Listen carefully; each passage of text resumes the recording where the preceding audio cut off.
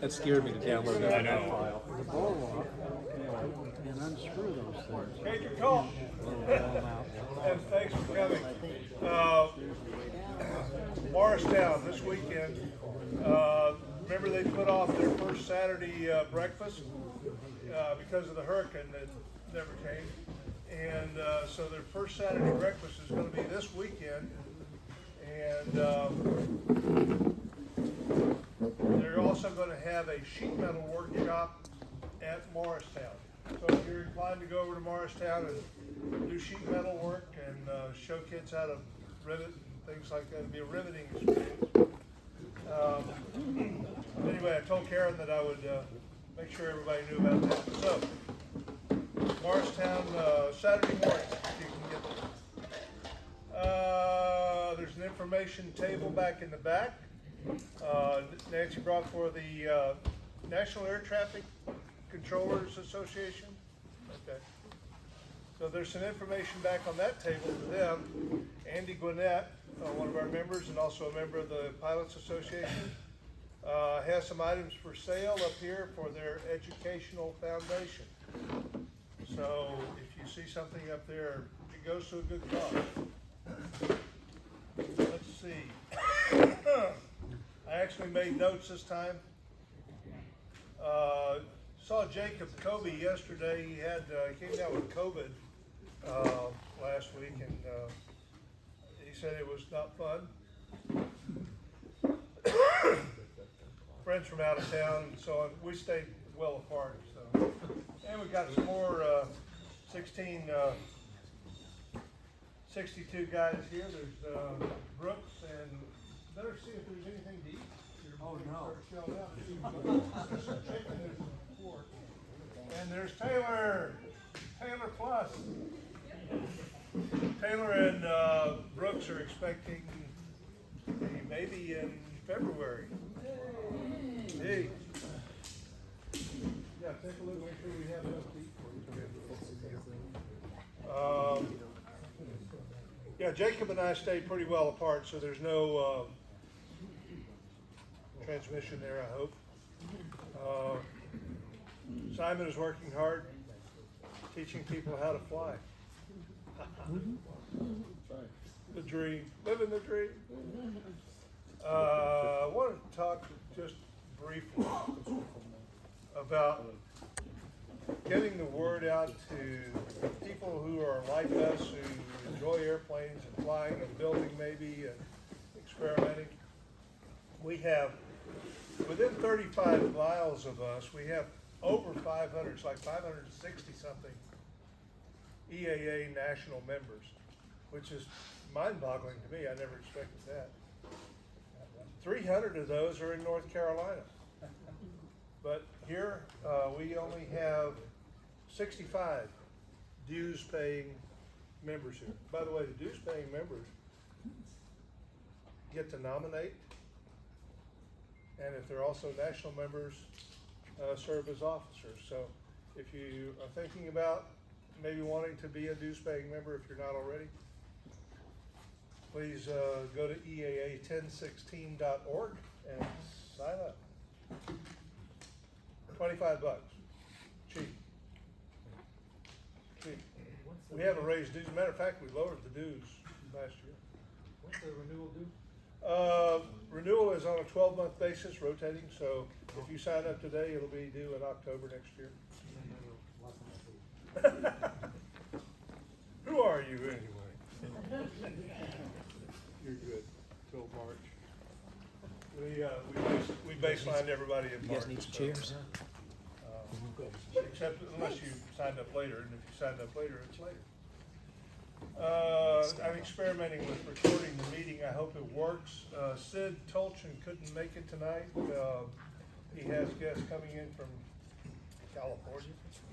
And so Sid, you saw them. At any rate, they'll be taking you up enjoying Western North Carolina. We have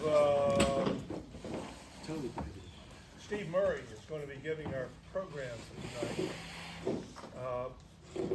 Let me harangue just a little bit more about this member business. there's a lot more that we could be doing but haven't been doing. For one reason or another, we've just been getting things reorganized and launched. And so far, it's been going pretty well, I think. We've had some pretty nice programs and really interesting information too. But we need to get more people involved. We need to, if you know an EAA member that's a member of National or somebody that's not even a member at all who wants to come, please encourage them to come on over. It's a lot of fun, and we do get to see a lot of good stuff and a lot of nice people. And really, the programs are good.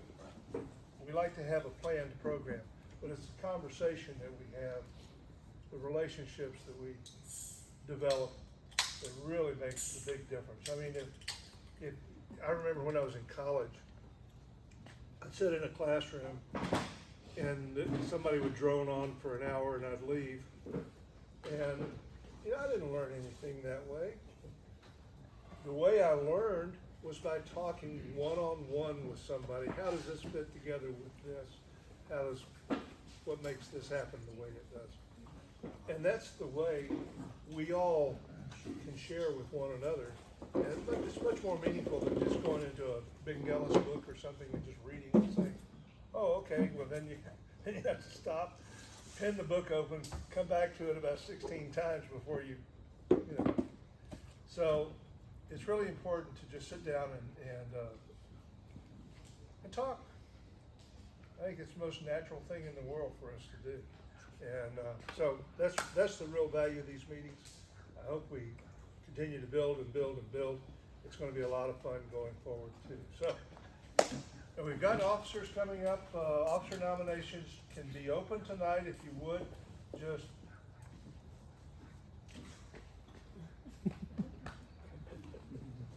Gary Garner tipped me off about this.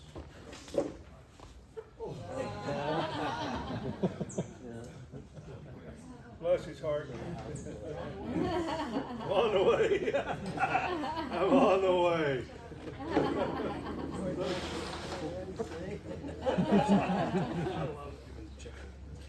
Thank you. Thank you. Thank you. How's the food? Was it okay? Very good. All right. Big Mike's over in Mills River. He has a little truck. It's not easy to find, so but he's there, and he's a great guy, real nice guy. So I'm going to turn everything over to Steve and help him find the projector screen and move that stuff over.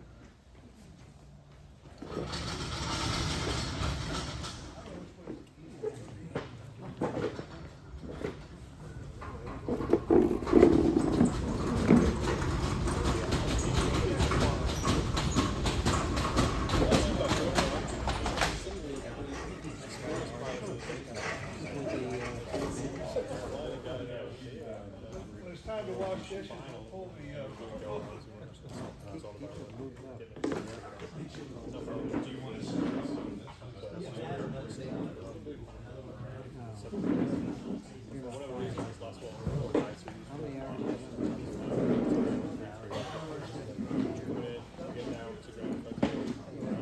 museum recycles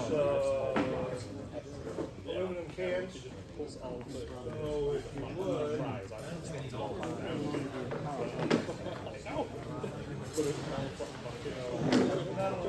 that'll be in there too for your.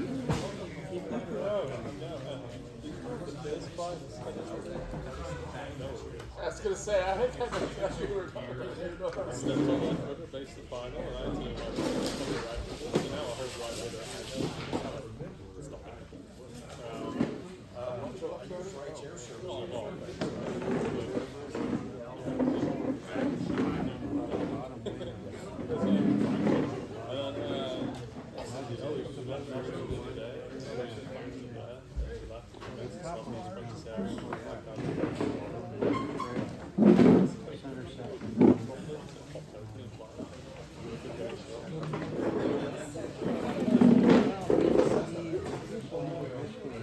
Well, yeah, it's one of the low airframe, it's a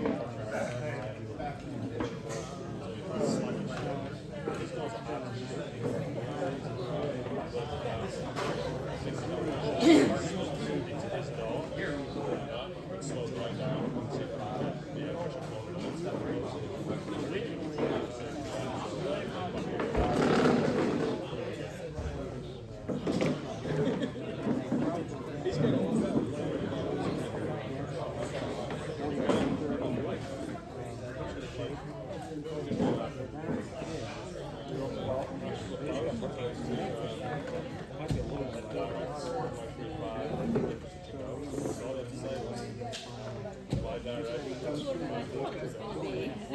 He said something like, fly heading, fly heading along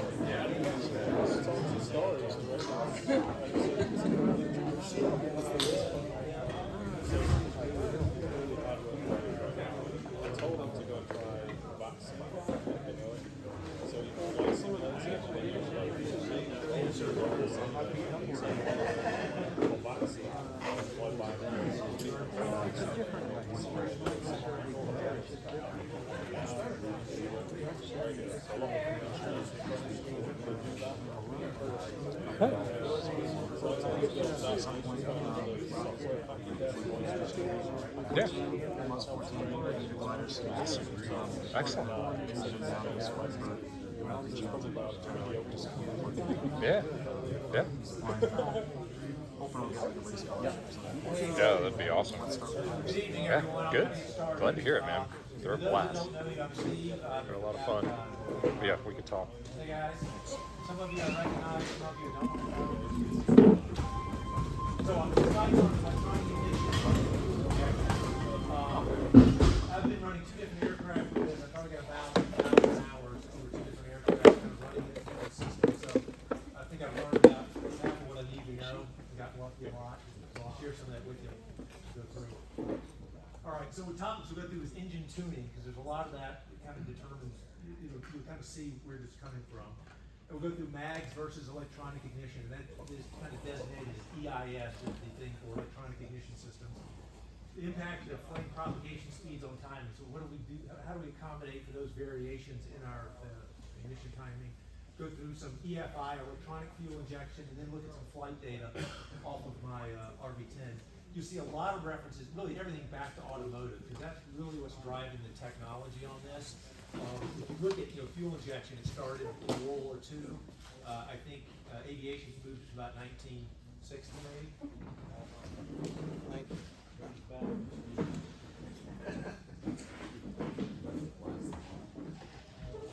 Is that okay?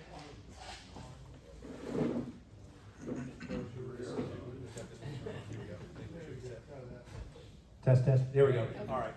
So, so you again, be a lot of references to automotive, and that's where a lot of this is coming from. You see comparisons back and forth. Yes. Okay, so you've got the EIS systems, which is the electronic ignition, and then you've got the electronic fuel injection systems.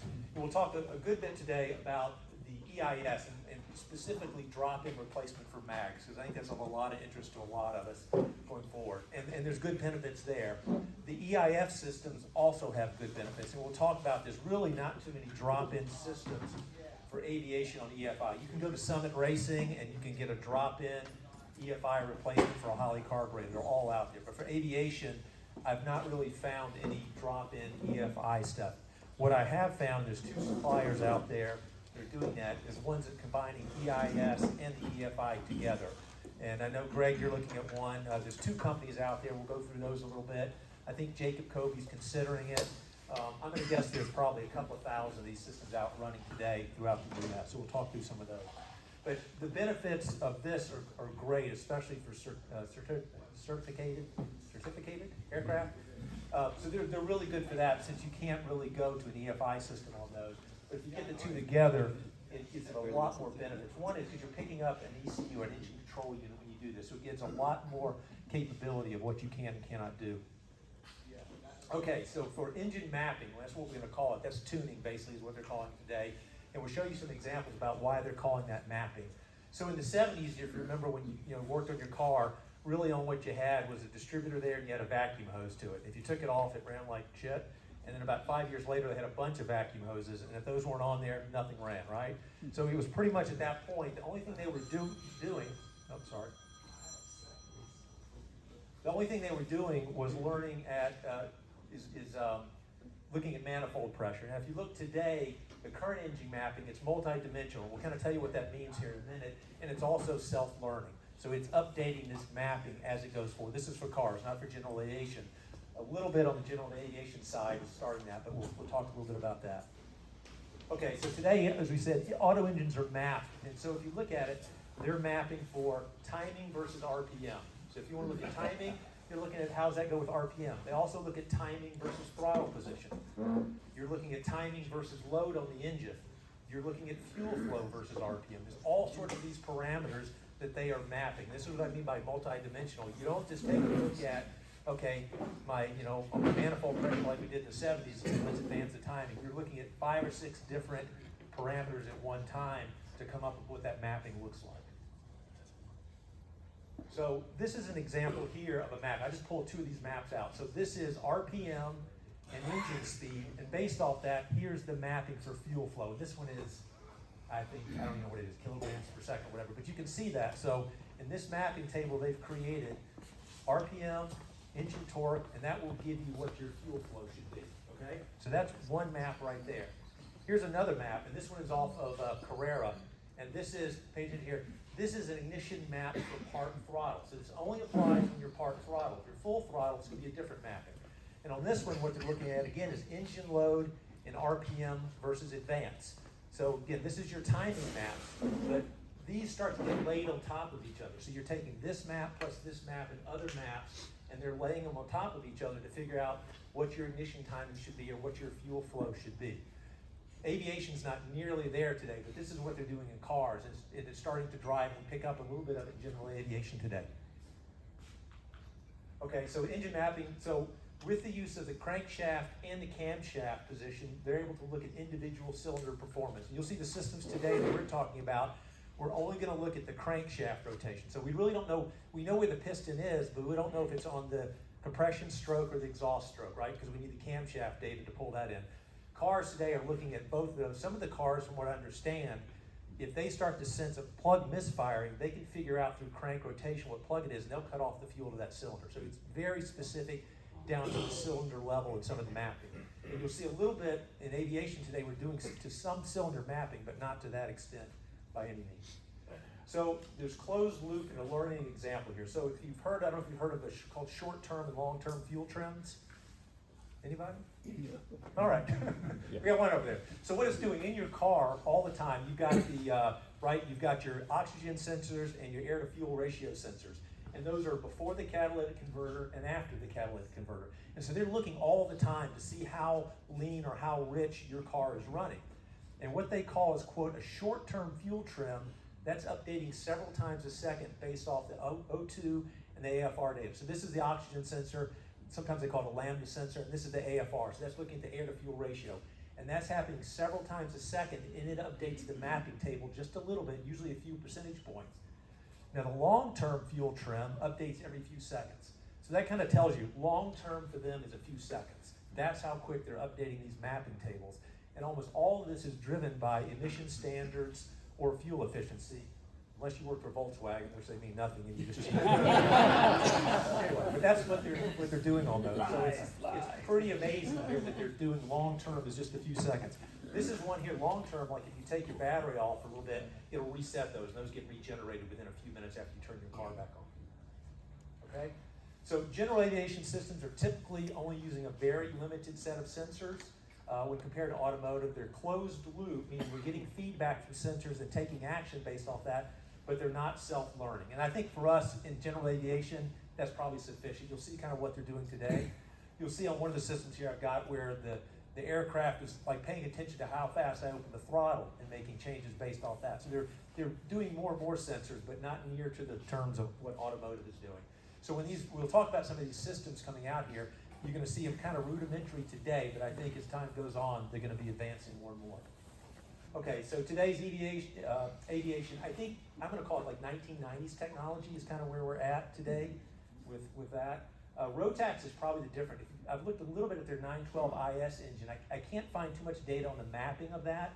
I think they are doing some mapping for fuel. I think their timing curves, it's not just a straight 25 degrees, which like most Lycomings are, but I think they are doing some mapping with the fuel stuff. They have, I think, a lot of redundancy built into that. So that's one of the first engines that I've seen that's kind of got some of that in there. I think Lycoming and Continental did some FADEC engines years back. It seems like I heard about those at Oshkosh and stuff, but I've never seen anybody with one per se.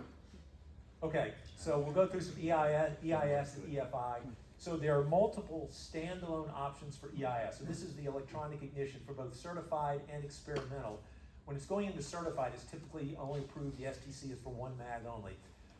So for certified engine, the timing curves are mimicking the OEM curves. They may have a little bit of retard at start, but pretty much if it says 25 degrees, that's what they're going to set it to. And a lot of them will kind of go through, I'll show you some of the products that are out there. They'll have a timing curve set up for certified aircraft or for experimental. They'll let you change it around a little bit. So the STCs are available for swapping out one mag. And really with one mag, you're probably getting 80 or 90% of the benefits of what you would with two mags. So it's, just you get most of it there. So, and the conversion process is fairly straightforward for the one mag. So again, I've not found any standalone aviation products for electronic fuel injection only. There's just two companies out there that are combining them together. So I think that's one. I don't know if anybody's aware of one, but I've not been able to find one out there for that. So the two of them it's called Fly EFII. It's Robert Paisley, and he's in Southern California. The other one is called SDS EFI, and they're out of Calgary. I've dealt with both of these guys. They're really good guys. I think their products are more the same than different, but there's just kind of a little bit different approaches to them. But they're the only two that are really, I think, for aviation, doing those two combined. Okay, so benefits to GA. So the electronic systems have, I'll call it an inherent reliability because there's just not really many moving parts in these, I'll call it mag replacements here. But as we come in with this new technology, there's all sorts of ways that I can screw it up and you can screw it up. So we are departing from a very well-known technology of these mags, right? Everybody knows them, all the mechanics know how to work on them. So inherently they're more safe, but be careful because, things happen there. The newer systems do allow a lot of flexibility in fuels. So I typically run 93 octane with ethanol, and we'll show you some of the tuning that you could do with that. And that's where, if you have these flexible timing curves, it allows you to do a lot of these things with that. It also relieves a lot of workload with managing the engine. I typically take off, I run wide open throttle, I'll dial back the RPM, and then I've got a switch called lean and peak. I flip that, and I'm done. I don't touch mixture, don't touch anything until I'm coming in from a landing, and then I put it back up to 2,700 RPM. That's all I do for engine management. It's an IO 540. Yeah, I think the Rotax, you guys are doing the same thing, right? Yeah, I don't think there's any mixture control with the bill, or yeah. So I mean, it's fairly. And I've seen your run up. I mean, it's a very simplified run up and check. It's just so they're moving in that direction. It's a lot less for you to deal with in the plane. And again, these things can be mapped if you want to go after more horsepower. A lot of these guys, you'll see Ross and Robert are running out at Reno because they can really use these if you want to juice up and get a lot more horsepower out of it. Or my approach is I've been trying to look after efficiency of different fuels. So depending upon what you want to go do, you can tune that engine for it. So internal combustion engines are horribly, I'll call it inefficient. We're about 20 to 30%. If you look on a thermal basis, we get only about 30% of the energy out of these engines when you burn the fuel. So if you can just get 2 or 3% more out of that, it's a huge, really boost for that. And I think, I don't know what the auto cycle is, but somebody here probably knows, I don't think you can get above 35 or 40%. It's just not thermodynamically possible to do that. So a lot of wasted energy. So all right, so we're gonna go through a little bit of nomenclature here. So direct fire, so this is when the ignition fires the spark plugs directly. So we get rid of the whole rotor, the coils. It's not through a distributor cap. All that goes away. So you just direct fire straight to it. So that's how almost everybody's cars are today. All of our Lycomings are not like that. But I think the Rotax is direct fire as well. So typically if you have a coil right on top of the spark plug, that's direct fire. So wasted spark, when we use this direct fire a lot, again, I told you we don't know where the compression stroke is or the exhaust stroke. So they'll use what's called wasted spark. So they're gonna fire the spark both during the compression and the exhaust stroke. And what that does, it makes it a lot more simple. You don't have to know where it's at. You just fire the spark plug every time it comes up. And if it's on an exhaust cycle, who cares? You don't, it's nothing there. I've also heard it used if you time your two magnetos. Say you've got one set for 25 and one set for 20. The one for 25 is going to carry most of the load because it's going to fire first. And sometimes they refer to that as a wasted spark, but most of these systems will be wasted spark.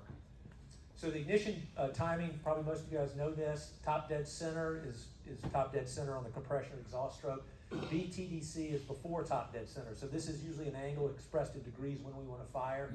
Advance is when we move further away. We're starting the spark further and further, and retard is bringing it closer to TDC. And then this is one we'll talk about is maximum brake torque. That's what we want out of these engines. We want to get as much power as we can for the fuel we put into them. So now we need to talk about optimizing that ignition timing. So all of our Lycomings, sorry about just doing Lycomings, that's what I know, they're set at pretty much 25 degrees. They've got a retard on there for cranking, and then they go to 25 degrees. No matter what you do, it's 25 degrees. That's just what they do. So to achieve maximum brake torque, what we need to do is to get that peak cylinder pressure at about 15 degrees on the crank angle coming down. So you've got the piston coming up, and then it's starting to come down, and you need that to happen about 15 degrees after top dead center. So that's where you're targeting to get peak pressure. So the speed of the flame in the combustion chamber is about 50 to 150 feet per second. It varies, and this is where we need this adaptive timing because it's going to change. And we'll run through some of those factors on that. To give you an idea of what it is, so if you've got an engine that's set at 25 degrees before top dead center, and you're trying to get peak pressure at 15 degrees after top dead center at 2,400 RPM, you're firing about 3 milliseconds before 15 degrees. So that's, it's 3 milliseconds between you firing it and you're now at peak pressure, and it goes on. And so you're not tweaking it very much when 3 milliseconds is the entire duration. So maybe you're putting it to 3.1 or 3.3, depending upon if you change that timing from 25 to 27 or 23 degrees is what you're doing there. Okay, so factors affecting this flame front propagation, because that's the speed of combustion on there, and it doesn't change. So these ones here are more design related. So a higher compression engine is going to push that propagation speed up, faster. Also with higher compression, you're going to start to get the higher temps, which can take us into detonation. So there's some trade-offs you got to keep looking at here. Piston head design, you see those nice shapes on top of the pistons, not some marketing guy or gal on that. It's really to control and get that burn rate. They want a lot of turbulence in there. You want good mixing to get that nice even flow of burn across the fuel. So increases intake temperature and pressures also take that flame speed up. So if you're running a turbocharger or a supercharger, that's going to jack that flame speed up. So again, that's going to make it fire a lot faster. So you probably need to pull the ignition back further. So instead of 25 degrees, maybe you need to be at 27 degrees or whatever. Now here's some things that we do as operation when we operate the engine that will drive that as well. So increases with engine speed. So if you're at 1600 RPM versus 2400 RPM, you have more time because you're running slower, but the flame propagation speed is going to change because of turbulence. So as you get more turbulence, there's more mixing, that flame burns faster in there. So when the engine load increases, that cycle pressure increases, that also drives up the flame speed. And then the air to fuel ratio plays a big deal with it as well. So as you move that little knob around inside, you're changing that flame speed as well. And so anything off of peak, if it's too rich or too lean, it starts to slow down that flame speed. And you'll hear a lot of discussion here. So if you want to run lean of peak, this is where timing comes in a lot, because as we vary that air to fuel ratio, if we take it from stoichiometric, which is about 14, down to really rich at 12, it's going to slow down. If we take it up to 16 or 17, really lean, it's going to slow down. And if, again, we're trying to harvest as much energy as we can, we need to start that spark further into the process to get that peak pressure at 15 degrees. So that's really, in order to get this call it maximum brake torque, we need to have variable ignition timing. That's the whole purpose of this, is to get maximum brake torque on there. All right. So we'll start here talking about just some drop-ins for magnetos versus the electronic ones. For cruise operation, the magnetos are really good. I mean, they're kind of a mechanical little marvel if you look at them. They have retard mechanisms in them. I mean, they're just really kind of neat things and for what they do. And it's, by far the most prevalent setup. Some challenges start to occur with cranking. Again, we'll talk about, they don't generate a lot of voltage at low speeds. They require maintenance. I think they're 500-hour maintenance intervals, I think, on those right now. And it's kind of tough for aggressive lean to peak operations. Again, you can't vary the timing. You're setting that at 25 degrees. So the second mag, we think of it as a backup. It's really kind of kicking in a bit of power. Per Lycoming, if you lose a mag, you're going to lose about 3% of power on your engine. And you see that, right? When you run your mag checks, you see a drop of 100 RPM or 50 RPM. So you see that power loss. I think that's also true for EIS systems. I haven't been able to find any information to document it. I see an RPM drop and I cycle mine on and off. So it's there. I don't know if it's the same number or not. So magnetos, when they're running at full RPM, they're generating about 20 to 30 kilovolts, and they're giving that to you over about 5 degrees of crank angle. So 20 to 30 kilovolts over 5 degrees of crank rotation. The electronic systems are given about 70,000 volts, and they're doing it over 20 degrees of arc. So you've got a lot hotter spark and a longer duration, so you can light off stuff. If something barely wants to light off, you hit it with a hotter spark a longer time, you can get it to light off. So this is a nice there. Unlike magnetos too, the EIS voltage is not reduced at low RPM. So it's really kind of a factor during cranking. So because of this, magnetos typically have plug gaps of about 18 thousandths, while the high energy systems are gapping at 30 to 40, and you're able to use auto plugs. So that if you can get that longer gap, the amount of gap you're able to jump increases with the voltage. So if you get 70,000 volts, you can jump a much bigger gap, and so you're able to go to those higher gaps. Again, the spark plugs here, I rarely ever clean plugs at $4 a piece. I toss them. These things, plugs for here are what, 50 bucks a piece or something? They're kind of pricey. So, okay, so here's some replacements. I'll start dropping through some of the systems that are out there. Again, most of these systems are designed to mount in the magneto location. So right back there on the accessory housing, they're bolting in, and they're picking up power in time. We'll talk about it. Some of these are self-powered. Some of them have external power coming in. The ones that are self-powered are basically, it's like on your old bicycle, it's generating power as it spins around. But it's also picking up timing, so you time these off the same gear that the mag was.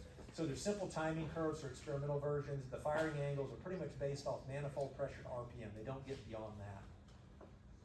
4-cylinder solutions have been available. 6-cylinder solutions, for a couple of years they were promised them, they didn't come out. Now there's several people that are offering those out there. So those are, I think, pretty standard now on the 6-cylinder. Obviously they're turning them at a different speed for the 6-cylinder ones.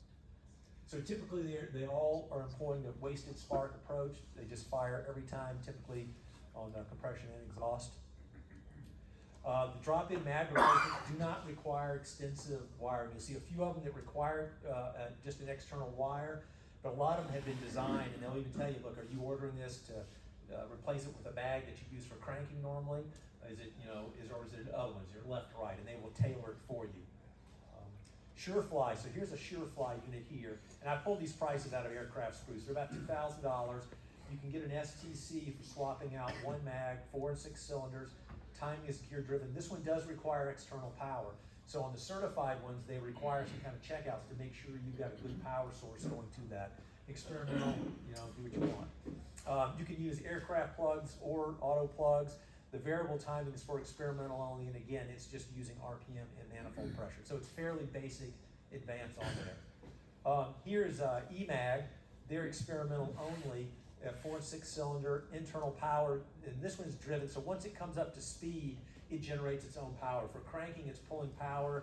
I don't know if it's got a separate battery, if it's pulling off the ship's power, but what you do is you take the mag gear off, put it on here, and this goes into the accessory case. This is the advanced curve they show. I think you can ignore everything above 3,000 RPM. I don't think we're operating in that range. They've got some fairly aggressive I mean, this is up to what, 30-something degrees of advance, and on their high shift, they've got like 40 degrees. I don't know what they're running in, that would scare me a bit. But this is the timing curve that they're showing there. Again, it's pretty much using RPM and manifold pressure. You see that as a constant. Okay, we get two last ones here. One of them's Electro Air. It's certified experimental, about the same costing. Same thing, 4 and 6 cylinders, external power source. They're doing a fine tooth gear, which I don't really understand. They say for a higher resolution trigger, so that's one of the things. This is the guy, I don't know if you guys remember, I don't know if to say his name, if it's Klaus Savier or whatever. He used to fly along easy. He used to write for a lot of the magazines. We've seen him at Oshkosh. He was one of the first ones to come out with one of these systems here. And I'm not hearing too much about him anymore, so I don't know if that company's fading or what, but he was one of the first ones to come out with some of these systems here. I think Sonics uses something similar to what he does. Is it? Maybe they, no. I have one. I think Vans is offering some of these for the experimental ones. I think they're offering some of these. You can buy like a light coming from them with some of these built in. I installed one of Klaus's Lightspeed in my airplane. Yeah. 1,000 hours. I've never touched it, never had to adjust it. It works perfect. Nice, nice. Like I said, he's one of the early ones of it. I mean, he was the big promoters of it. Good.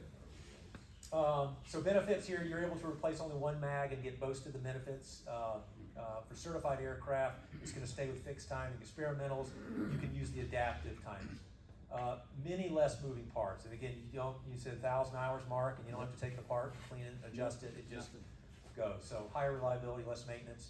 For the experimental, you've got the ability to vary that timing. For crank, takeoff, lean a peak, whatever you kind of want to use it for, you can adjust it around. Able to run auto plugs. I really like running that. I don't file plugs anymore. So you've got more advanced lean to peak. So if you run these, if you push that curve up some, you go past 25 degrees, you can get further and further. The more lean you want to run, the further typically you're having to advance that ignition curve. So you're able to do that. That stronger, longer spark, you can push that lean misfire. Because what you're doing on lean to peak, what typically is one of the limiting factors is one of the cylinders won't light off, and it starts running really rough. So if you can get that balance, and we'll talk a little bit about that, and you can light it off, then you can keep running lean to peak and keep it a smooth running engine. Okay, so now we're going to jump into here some of the fuel injection nomenclature. And what you're seeing here, this is a typical one-off like of a Bendix LRSA servo, and here is a typical automotive fuel injector. Here are the two of them right here. This is probably not a representative stream, because once this stream in an engine is going to be a hot environment, low pressure, that's going to flash the vapor. So it's probably not fair, but you can see how this one atomizes it a lot more. And so we'll talk about that a little bit. So we need to talk about, it's called port versus direct injection. So port injection is you're firing the fuel above the intake valve, right? Just like what you do in a carburetor, all the fuel is coming above it. For direct injection, diesels and also some cars now, you're firing directly above the piston head. You have to run a lot higher pressures for that. And we'll talk in a minute, you gotta have good timing for that. Pete, did you have something? No, it's just a part. Okay. You got my attention. Come on. So this is, we're port directed. And then there's sequential fuel injection. So this means you're only spraying when the intake valve is open. Again, in general aviation, we typically don't know when the intake valves, we only know crankshaft. So we're not doing that, but this is sequential, meaning you're only firing when the intake valve is open on the intake trigger. Batch injection is what we do in these engines, is injectors spray regardless to the intake valve position. We're constantly spraying or putting fuel up there, and when the intake valve opens, it just sucks down there, it closes it, it continues to push fuel up into there. So that's called batch, all right? So the current GA fuel injection and EFI use batch injection, and it's port injection. So we're injecting above the intake manifold, and we're just putting fuel there all the time. When the intake valve opens, we suck the fuel in, and life is good. Cars have moved to some cars have moved to sequential and direct injection. It's more complex, but it does give you better efficiency. So that's why they're after it on that. So we also look at injector duty cycle. So these are just spraying. This has got, you can't really see it here, there's two terminals here. The fuel is connected on both sides. This is one from Robert Paisley here. You have fuel running through this. There's about 40 PSI fuel sitting there. And then you've got two terminals here. What you're doing is you're tying that to ground, and that causes the valve to open and you fire a pulse, and that's called an injector pulse. And you want to look at that duty cycle. It's a percentage of the time that the injector is supplied with power and it's running. And this is a function of engine RPM, and the ejector pulse width. That means how long do you keep it open, and that's gonna be in milliseconds. So for my plane, I typically run about 60% duty cycle on takeoff, and then in cruise, I'm down to about 30% on there. Now these things are typically firing about 20 times a second, so it's really quick, and there's not much time there.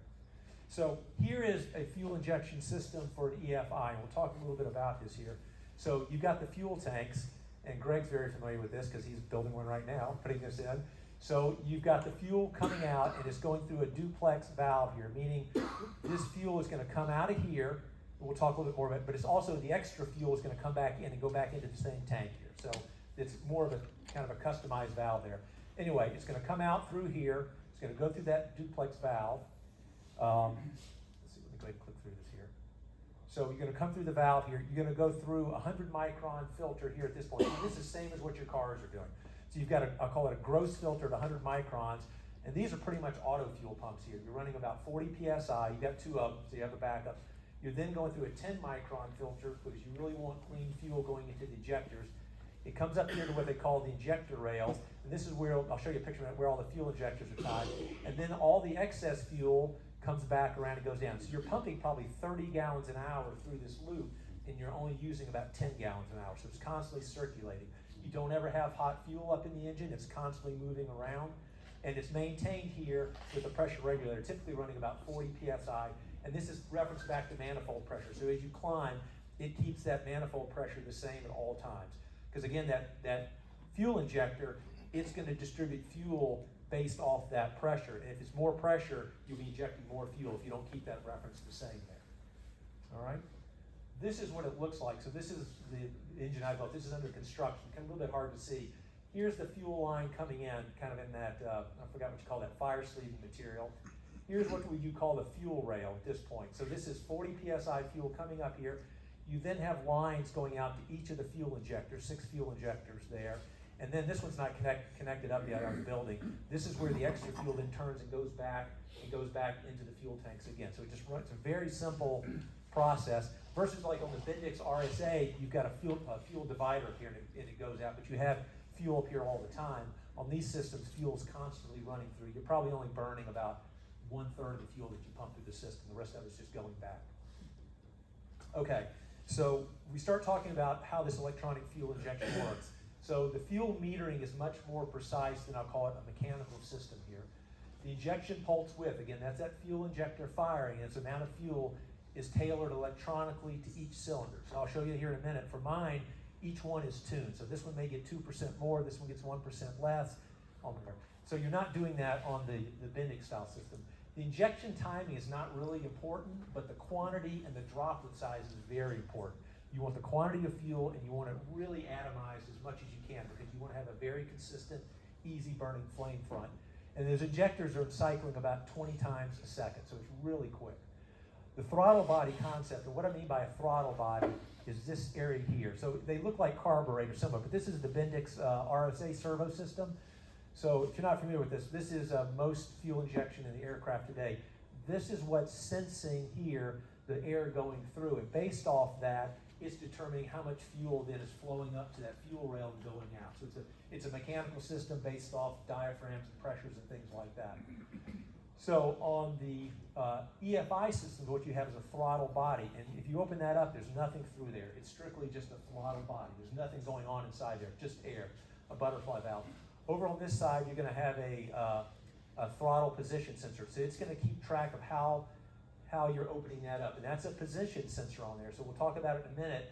From that, you can also derive how fast you're opening the throttle. So you typically have a throttle position sensor, you'll have an air temperature sensor, and a manifold pressure sensor. These are what's going to start to use to control and do some of that mapping that you've got in there. So this is the kind of difference. They're both called throttle bodies. So on EFI now, for electronic ones, you're going to be using RPM, air temp, absolute pressure, manifold pressure, engine temp, and throttle position. And all the things are going to feed in to say what is ignition timing and how much fuel. And then cars are mostly using what's called mass airflow sensors. They're using speed density, which is a little bit different. They're calculating the temperature of the air and the air pressure. So they calculate a little bit differently on that. Okay, so this is now what we're calling about EIS. So who's providing these two things? These are the two companies. It's EFI, Fly EFI and SDS. Their systems, if you want to use, they will sell you ignition only, it's about $4,000. If you want ignition and fuel injection, it's about $7,000. And they're only running dual ignition systems. So all of their systems, you can't get a single system. They're running both of them all the time. These are full electrical systems. So I say no electricity, no RPM. Means you got to have a backup bus and architecture system. So I was talking to Greg earlier. He's talking through that. How do you do that? Because it's real important on these. And we'll see, these systems are not really set up for retrofit. You really almost need to design up front for them because the electrical system, the plumbing system is tied so tightly to it. And then you're using hall sensors for pickup, so that for timing, so there's no moving parts at all. What they do is on the back of the flywheel, you drill a hole and you're putting 3 or 4 sensors, or I'm sorry, magnets in there, and then you've got a hall sensor which senses those. So as the magnets spin past it, you pick it up. So the only thing moving is magnets that are embedded in your flywheel. There's nothing else to pick up RPM. So really no moving parts at all for a lot of this detection.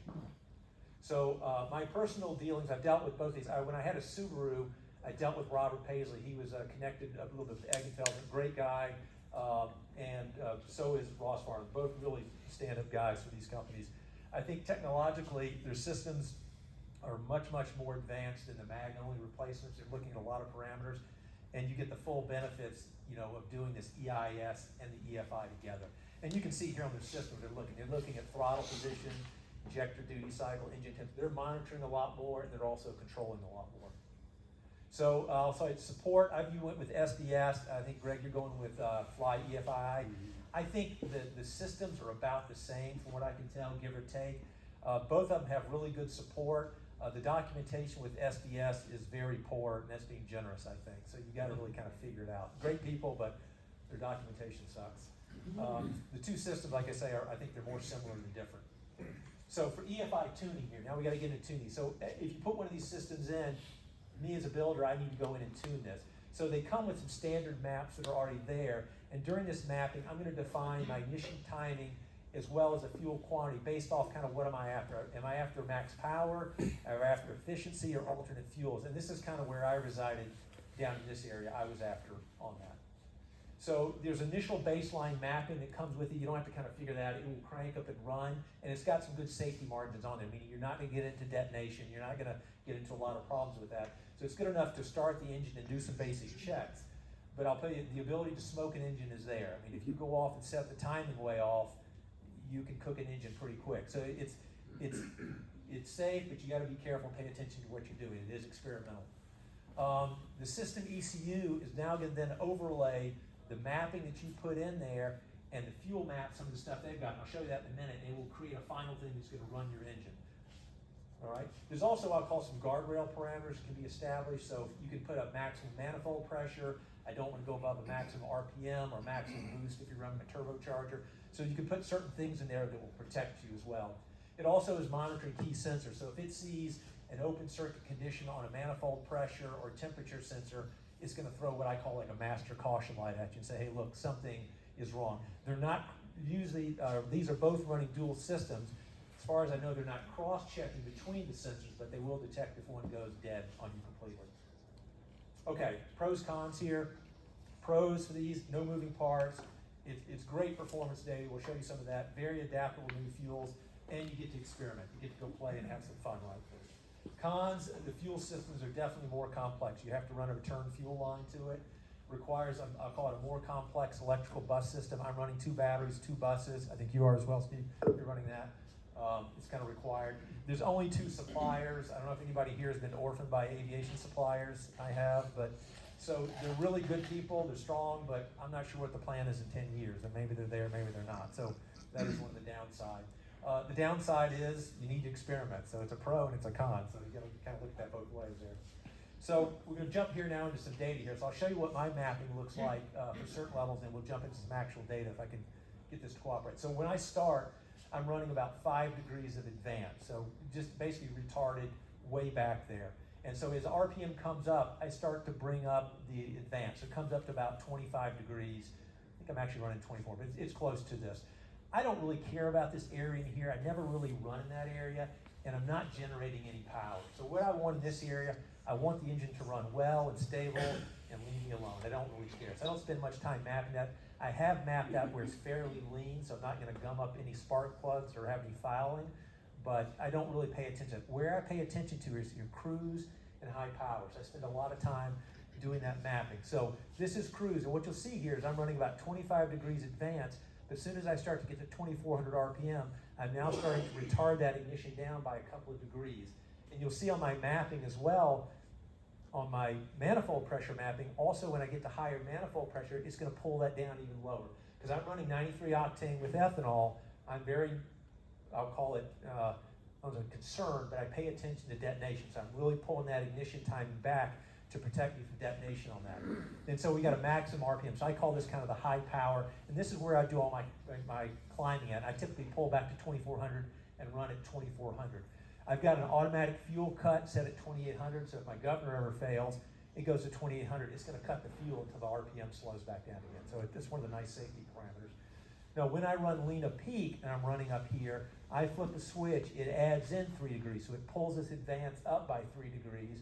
So at that point, I'm running about 27 to 28 degrees advance, and I'm pulling out, I do what I call an 18% fuel cut.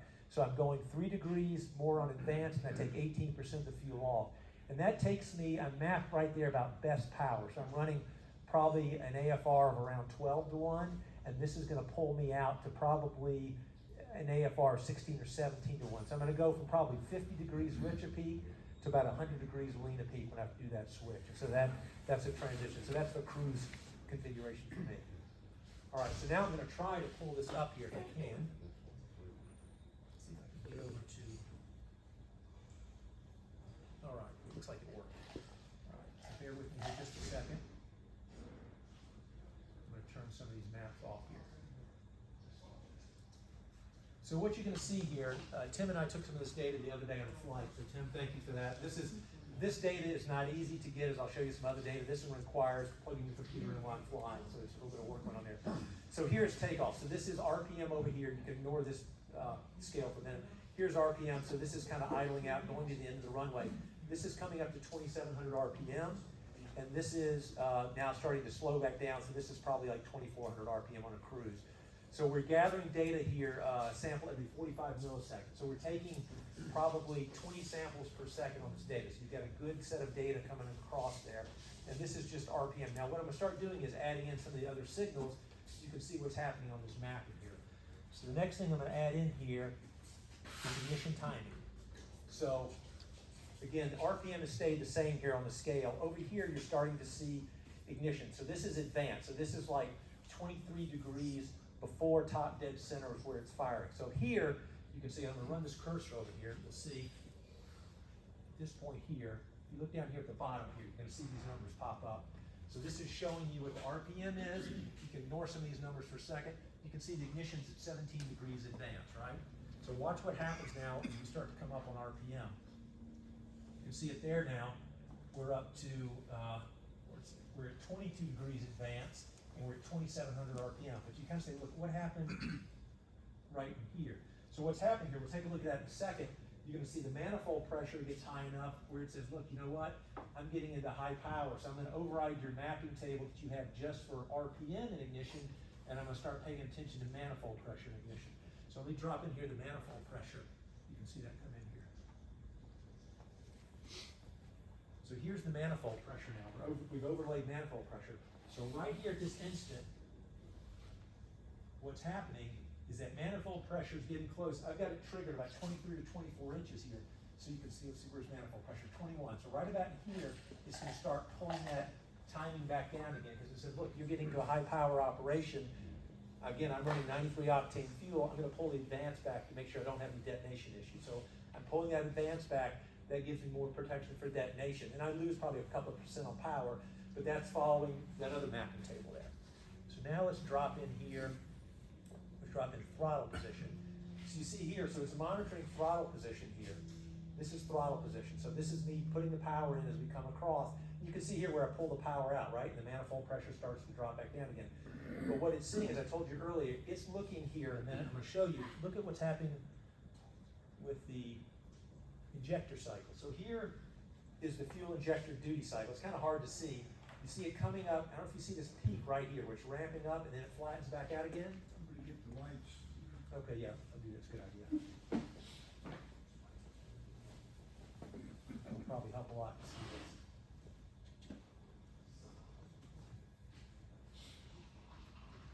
Ah, here we go, purple line shows up. Okay, so here's the duty cycle on the fuel injector. You see that ramp up. And what's happening there, as I told you, this is throttle position. So it's taking, you know, the first derivative of that position and coming up with the velocity, right? So it's sitting here looking at where that position is, and as it takes that, it can figure out the velocity of how fast I'm opening the throttle. So remember on the old car when you stomped on it, you had an accelerator pump to stop the engine from hesitating? That's what it's doing. It says, oh crap, they're really sticking the throttle in here fast, we've got to give it an extra use of fuel.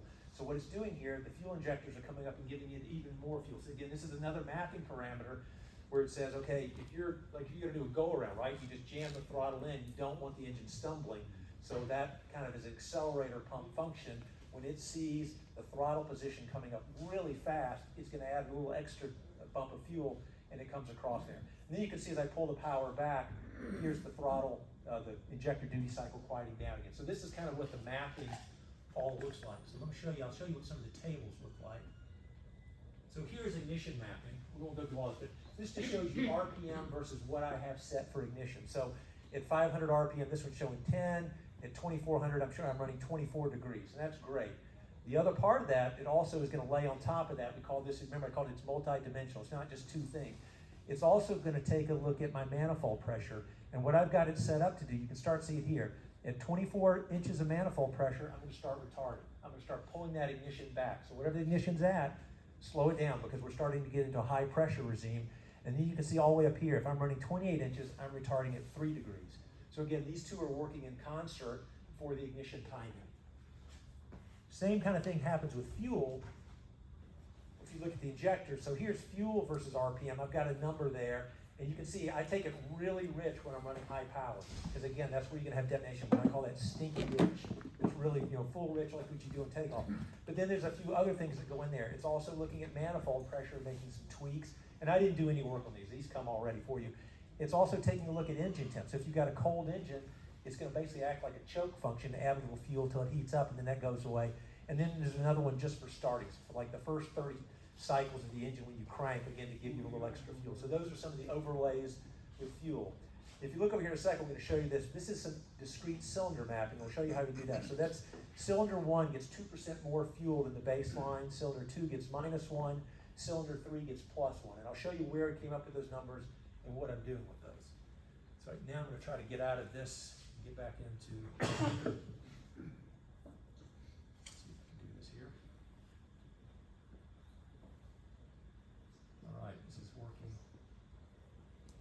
well. All right. So this is a mapping here where we figure out what those cylinders are, the cylinder trim. And again, back to lean a peak. When you go lean a peak, you want all of your cylinders to peak at the same time because you don't want one engine or one cylinder starting to misfire, right? So you want them all at the same AFR, same air to fuel ratio mixture. And the way you do that is you get them all to peak the same EGT. Peak EGT is at stoichiometric, and they all theoretically are at the same mixture. So if you can get that, it allows you to run a much smoother engine. So what you're going to do on this heavy blue line is fuel. So what I'm doing here is I'm adjusting the mixture knob, increasing the fuel. You can see over here it's like 12.2 gallons an hour, and then I'm going to start trimming the fuel down. And what's happening here, these are the 6 EGTs on the engine here. And you can see, this is not a good one. I typically do these about 8,000 feet, and you want to do them over a long period of time. I did this real quick just to kind of show you here. But what you're going to do here, the software, this is from Savvy Aviation. Mike Bush does this stuff for you. You come in here, and you see these EGTs. See as I take this fuel down, how these EGTs are starting to go up? So I'm starting to lean the engine out. So we're moving from rich of peak, and we're pulling back to EGT. And you're going to have peak EGT right at a perfect mixture. And so you can see this cylinder peaked here, this one peaked here, this one peaked all the way over here. So cylinder 2, which is this one, peaked at, if you look over here, cylinder 2, where is it? 2 peaked at 11.6 gallons per hour, where this one peaked at 11.9. So what you take a look at is, what is the fuel flow difference between when the first one peaked and when the last one peaked? And this is called Gammy spread. there's a guy out there called gammy injectors for current like Bendix system. You go and change out those little orifices so that you can balance these. And this is doing it electronically. So this is called your gammy spread. And you want no more than 0.5 gallons per hour on a spread. A good spread's about 0.1 if you can get it. But what you're trying to do, I think that is also, I've not figured it out, but I think it's dependent upon altitude, maybe dependent upon fuel you're burning, RPM. So it's not just a pure thing, for one. So what you're trying to do there is then tune these cylinders so they all peak at the same time. Again, that allows you to drive much further to lean a peak and gives you a smoother running engine when you do that. So this is the data there. Now we're jumping to some actual flight data here. So this is 100 degrees lean a peak at 6,000 feet. Density altitude was 610, so it's pretty much, I'll call it not a real hot day. This is running 10.5 gallons an hour, 93 octane with ethanol. Time is 27 degrees and get 154 knots out of that. And if you look at the CHTs here, they're really, the engine really likes running lean a peak. I mean, those are 300 degrees on the CHTs is really nice. I'm almost wondering if they're too cool on there. So, but the system does all this. You can see here it says lean a peak. I get up there and I flip a switch and off it runs. Here's another one. So this is the same thing, 11,000 feet, and able to get up to 171 true airspeed that day.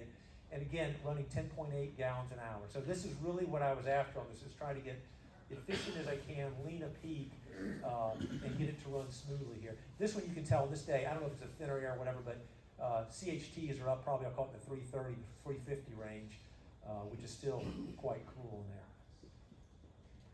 So final thoughts, my personal experience, I've had a lot of fun doing these over the 2 airplanes, learned a lot. Very satisfied, I think, with the ability, to be able to run, in a safe, efficient manner. I had a few issues during installation, but I really have not had any operational issues to date. I've got about, I think, 270 hours on this one. I think I'm about at my comfort limit in terms of advancing ignition more. I think I could probably squeak some more out of it, but I don't want to. And so I think with 93 octane, I think I'm going to keep about where I'm at. I still need to do more mapping for hot cranking. It doesn't crank as quick as I want on hot, and I'm very cold. And those, what you have to do is every time you do it cold or hot, you need to go in there and tweak it. And usually I'm too lazy and I decide, screw it, I'm just going to go fly. So that's what I go do. For existing aircraft, I would definitely recommend a swap of a mag for the electronic ignition. There's a lot of those out there, and I think you get really a lot of benefit, and it's fairly easy. For new builds, I would definitely be a proponent of the full systems. I think that's the future. It does require a lot of upfront work. I'm still a bit nervous, I call it, about these small companies that exist. They're great service, great products, but they are small companies. A couple of resources I would recommend if you want to do it. Mike Bush has got a lot of stuff out there. If you have any type of EFIS, that data I had, he's got a free system out there. You can upload your data and it will plot the data for you. You can look at any factor that you put up there. You can look at RPM versus fuel flow. You say, okay, what's my oil temperature doing over time? Anything you want to graph, it will do it for you automatically. It's really nice, and that's out of Savvy Aviation. He also has a lot of data, educational stuff out there. The CAFE Foundation, if you're interested in all, great research data out there, and talking specifically on what's going on as you try to advance ignition and go lean a peak, and this talks a lot about it. Kit Plane has got a lot of good stuff out there. This guy, Nigel Speedy, I don't know if you see him on Van's Air Force or something. He does a lot of, great name for a guy flying airplanes. But he does a lot of good writing out there, does a lot of work. I think he's flying an RVA, doing a lot of advanced stuff. So, all right, that's it. So questions, comments, things you want to know, things you disagree with? Yeah. Steve, when you're talking about batching for the fuel Yeah. and firing with the valve closed, Yes. it seems like, how does that handle the air-to-fuel ratio when you got this flood sitting up on top of the valve and it opens and goes? Well, but that valve is opening and closing probably 15, 20 times a second. It's going really quick. So, I mean, if you're running, say 2,400 RPM, that's, I'm going to divide that by 60. Is that 400 revolutions a second? No. 40 revolutions a second. So give you probably 20 times a second, you've got that valve opening and closing. And that's what carburetors do today, right? Your carburetor's not timed to your intake valve. It's just pulling fuel up there and then you suck it out. Now, there's 4 or 6, depending on how many cylinders you have, pulling fuel up there and sucking it all the time. So it's really what we have going on today. It's the Bendix RSAs. If you have a fuel injection on an aircraft today, that's what it's doing. They do talk some about why automotive is going to direct injection instead of that batch, because they do start to see, I think, some fuel condensation, and the atomization is better. But I think it becomes much more complex. If you want to do direct injection, you have to time it to the, obviously to the piston coming up. You've got to know that, and the pressures are a lot higher. And you've got a fuel injector that's got to take those pressures as well. So I think your cars probably have it. Some of the cars do, but none of the planes do. Yeah. Does the base map that overlays the fuel injection, does it control the pulse, or the duration of the pulse with respect to cylinder head temperature? It doesn't do it. It doesn't look at those. I think on my system, automotive, I don't know. For these systems we're running, I don't think they're looking. They're not even looking at cylinder head temperature. Other than to look at it, they will tune based off. They're not going to give you any alarm. I don't think on that. I think the mapping that we saw on there, when you looked at fuel versus temperature, fuel versus manifold pressure, that's the only ones I think that they're doing on there. Greg, I don't know if you can comment. I've not looked at the Fly EFII system. Are they pretty much the same? Or? Yeah, I think they're very similar. Yeah. Both Ross and Robert Paisley, these guys are serious gearheads. I mean, they're all, and they're coming out of automotive, I call it this, what they call them, tuners, is what they call the guys or gals that are doing this. And so they've got, I call it a few guardrail systems, but they're not looking like an engine temperature for protection. They'll tell you what it is, and they will adjust based off that engine temperature, but they'll let you burn up the engine, I think, on it. Yeah. So I have like a 912 ULS Rotax. If I was to upgrade mine, would you say you'd be looking at like 10% on the cruise as far as the increased fuel? Ooh. I mean, I know it's kind of, you probably don't have no experience about actually doing that, but. Yeah, I have no road. Improvement in horsepower or fuel efficiency? Fuel efficiency, like cruise. Ooh. You know, I don't know. From what I've seen of Rotax so far, they're pretty darn good. Yeah. I think a lot better. So I don't know. I wouldn't have a guess on that. Compare it to the IS. Just look at the IS. Oh, okay. Yeah. That's what they did. Oh, really? Fuel efficiency? Yeah. Wow. You think you switch to ULS to like a retrofit like that, that's an IS basically? Now that I don't know. Okay. I fly an IS, I know it's a lot more efficient. Yeah. Huh, interesting. That's a good thought. I thought about that. If you compare the two of those, what's the fuel efficiency difference? Yeah. Oh, cool. Other questions? Gone. Thank you, Steve.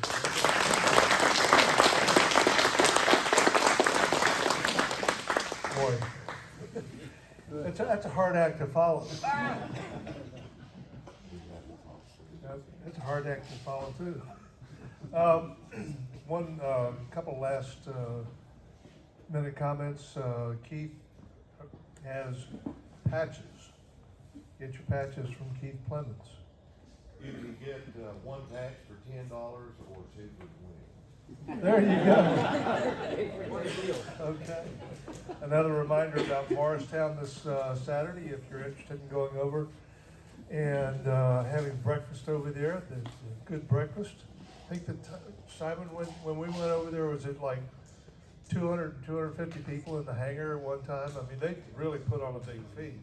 Of course, they have people from town that are coming in too for breakfast because it's all donation. It's like honor system. So it's really, really good. And they have that sheet metal workshop right after breakfast. I think the sheet metal workshop actually starts at 9 and breakfast goes until 10. So go over, eat breakfast, go over and drive a few rivets and enjoy that.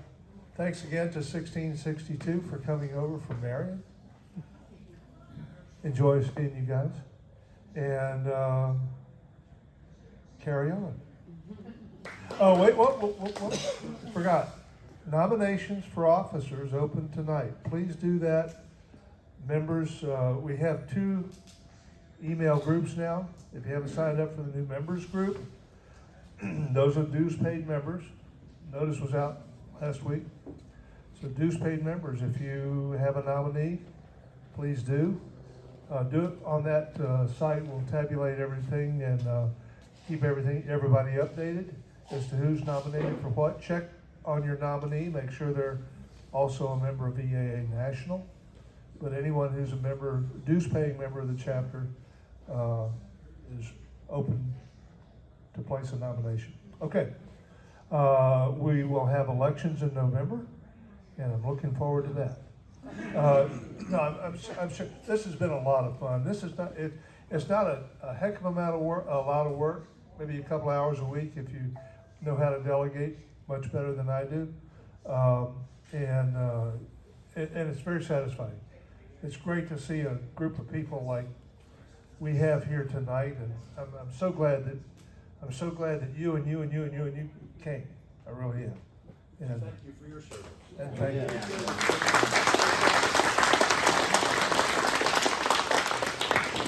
Carry on.